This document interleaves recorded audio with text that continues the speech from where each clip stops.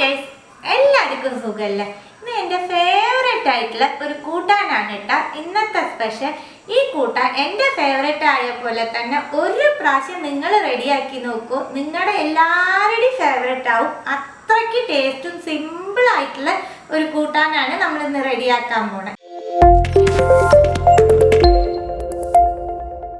1/4 cup കടലപ്പരിപ്പ് എടുത്ത് 1 മണിക്കൂർ വെള്ളത്തിൽ കുതിർത്തി വെച്ചേക്കണതാണ്. വേവിച്ചെടുക്കണം. 1/4 ടീസ്പൂണിൽ കുറവ് മഞ്ഞൾപ്പൊടി ചേർക്കുന്നുണ്ട്. പരിപ്പിന് മാത്രമല്ല ഉപ്പ ചേർക്കണേ. 1 ടീസ്പൂൺ നെയ്യ് ചേർത്ത് കൊടുക്കാം. പരിപ്പ് വേവാനുള്ള വെള്ളം ചേർത്ത് 3 വിസിൽ വിട്ടെടുക്കാം.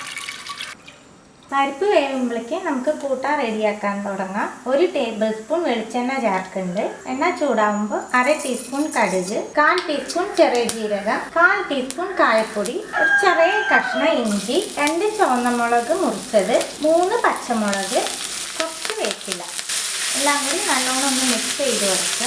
1/4 ടീസ്പൂൺ മഞ്ഞൾപ്പൊടി ചേർത്ത് കൊടുക്കുന്നുണ്ട്. ചെറിയ ഒരു മത്തങ്ങയുടെ കഷ്ണം എടുത്ത് കുറച്ച് വലിപ്പത്തിൽ നുറുക്കി വെച്ചതാണ്, അതും ചേർത്ത് കൊടുക്കാം.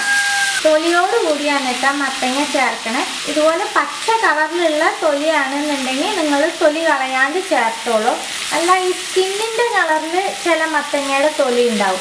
അതാണെന്നുണ്ടെങ്കിൽ തൊലി കളഞ്ഞിട്ട് മത്തങ്ങ ചേർത്താൽ മതിയിട്ട്. ആ തൊലിക്ക് കുറച്ച് കട്ടി കൂടും. ഈ പച്ച കളറിലുള്ള തൊലിക്ക് നല്ല സോഫ്റ്റ് ആയിരിക്കും. എല്ലാം നല്ലോണം ഒന്ന് മിക്സ് ചെയ്യുക. ഒന്ന് ഈ എണ്ണയിൽ തന്നെ ഒന്ന് വാടി കിട്ടിക്കോട്ടെ കേട്ടോ. ഒരുപാട് വല്ലാണ്ട് വാടിപ്പോണ്ട, കുറേശ്ശെ ഒന്ന് വാടില്ലേ, ആ രീതിയിൽ ഒന്ന് വാടിക്കോട്ടെ. അടച്ചു വയ്ക്കൊന്നും വേണ്ട. എണ്ണയിൽ ഒന്ന് വാടിയിട്ടുണ്ട് കേട്ടോ.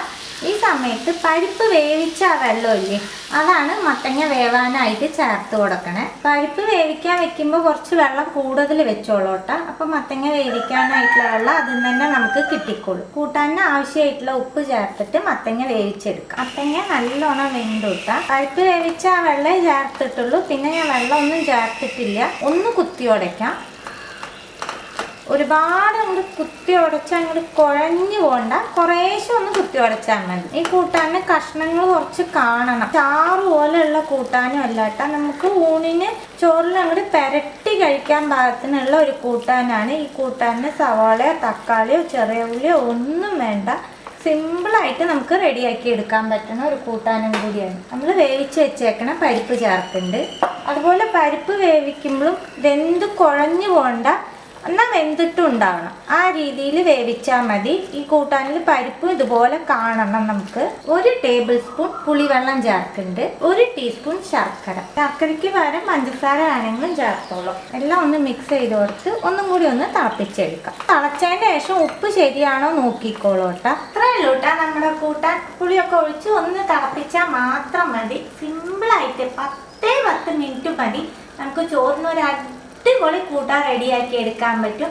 ട്രൈ ചെയ്യാത്തവരുണ്ടെങ്കിൽ ട്രൈ ചെയ്ത് നോക്കൂ. നിങ്ങളുടെ എല്ലാവരുടെയും ഫേവറേറ്റ് റെസിപ്പി ആയിരിക്കും ഇത്. ട്രൈ ചെയ്ത് നിങ്ങളുടെ ഫീഡ്ബാക്ക് ഒക്കെ അറിയിക്കുക. പുതിയ റെസിപ്പി ആയിട്ട് അടുത്ത വീഡിയോയിൽ കാണാം. See you. Bye.